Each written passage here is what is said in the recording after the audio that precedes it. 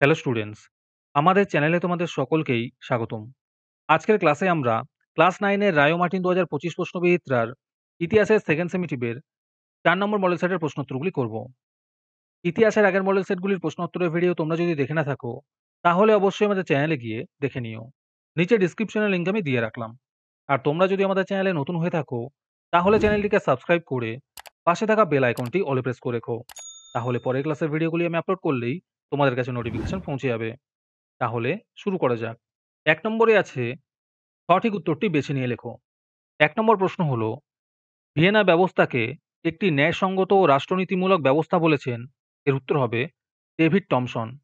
২ নম্বর প্রশ্ন হলো, রিসোর্জিমেন্টো পত্রিকার সম্পাদক ছিলেন ক্যাভুর।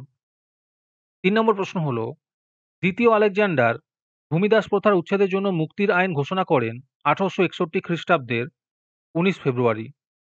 ৪ নম্বর প্রশ্ন হলো, সেফটি ল্যাম্প আবিষ্কার করেন হামফ্রে ডেভি। ৫ নম্বর প্রশ্ন হলো, নানকিংয়ের সন্ধি স্বাক্ষরিত হয় ১৮৪২ খ্রিস্টাব্দে। ৬ নম্বর প্রশ্ন হলো, কমিউনিস্ট ইস্তাহার রচনা করেন। এর উত্তর হবে মার্কস ও এঙ্গেলস। ৭ নম্বর প্রশ্ন হলো, রাশিয়ার জনপ্রতিনিধি সভা হলো। এর উত্তর হবে ডুমা। ৮ নম্বর প্রশ্ন হলো, ১৯২৯ এর মহানন্দা শুরু হয়েছিল ইংল্যান্ডে। ৯ নম্বর প্রশ্ন হলো, মুসোলিনির উপাধি ছিল ইল দুচে।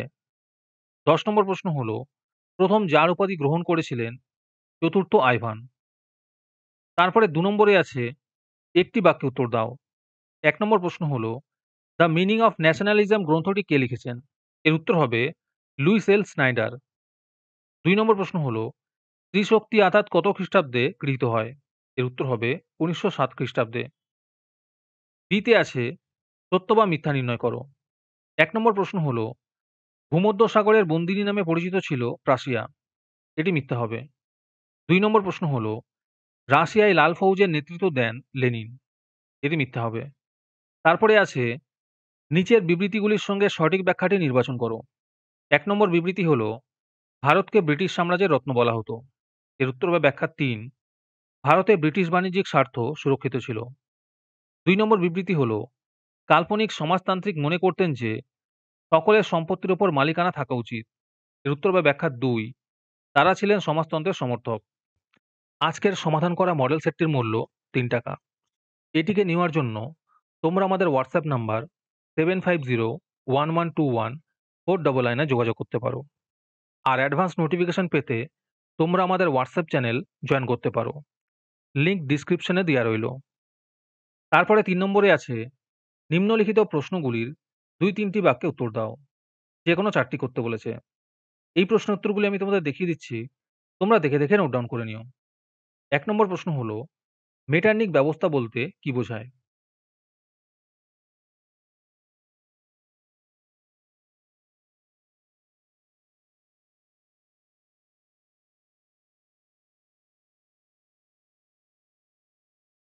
২ নম্বর প্রশ্ন হলো, হেটারিয়া ফিলিকে কি?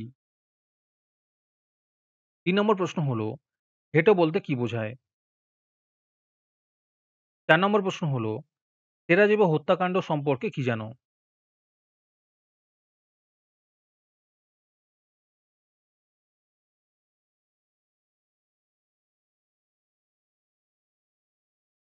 ৫ নম্বর প্রশ্ন হলো, ১৪ দফা নীতিকে কি উদ্দেশ্যে ঘোষণা করেন? ৬ নম্বর প্রশ্ন হলো, জাতিসংঘ কবে কি উদ্দেশ্যে গঠিত হয়?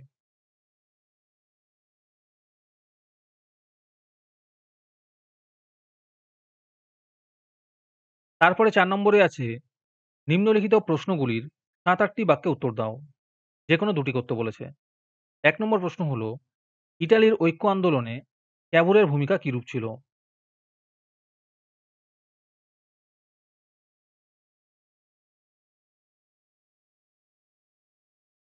যারা আমাদের চ্যানেলটি এখনো সাবস্ক্রাইব করোনি, তারা এখনই চ্যানেলটিকে সাবস্ক্রাইব করে নাও এরকম ভিডিও আরও পাওয়ার জন্য।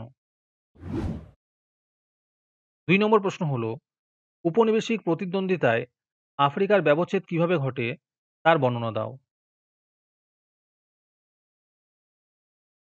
৩ নম্বর প্রশ্ন হলো, জার্মানিতে হিটলারের উত্থানের পটভূমি ও ক্ষমতা দখলের বর্ণনা দাও।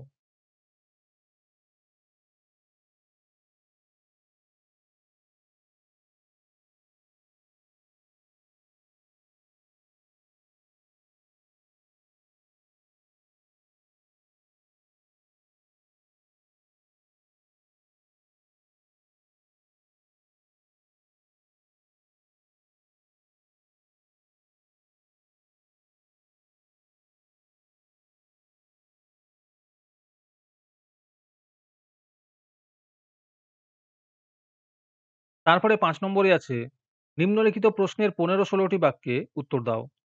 যেকোনো একটি করতে বলেছে। ১ নম্বর প্রশ্ন হলো, ফ্রান্সে ফেব্রুয়ারি বিপ্লবের কারণগুলি লেখো। এই বিপ্লবের গুরুত্ব কী ছিল?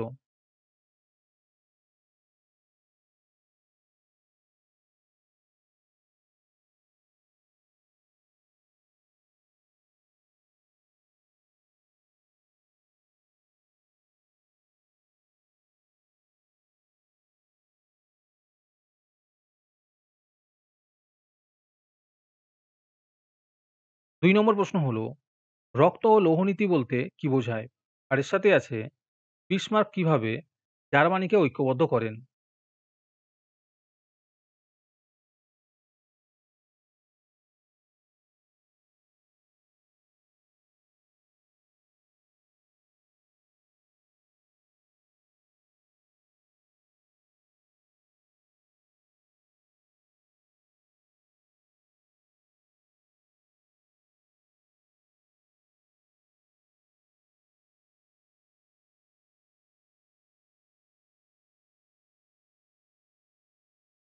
৩ নম্বর প্রশ্ন হলো, ১৯১৭ খ্রিস্টাব্দে রুশ বিপ্লবের পটভূমি সংক্ষেপে আলোচনা করো।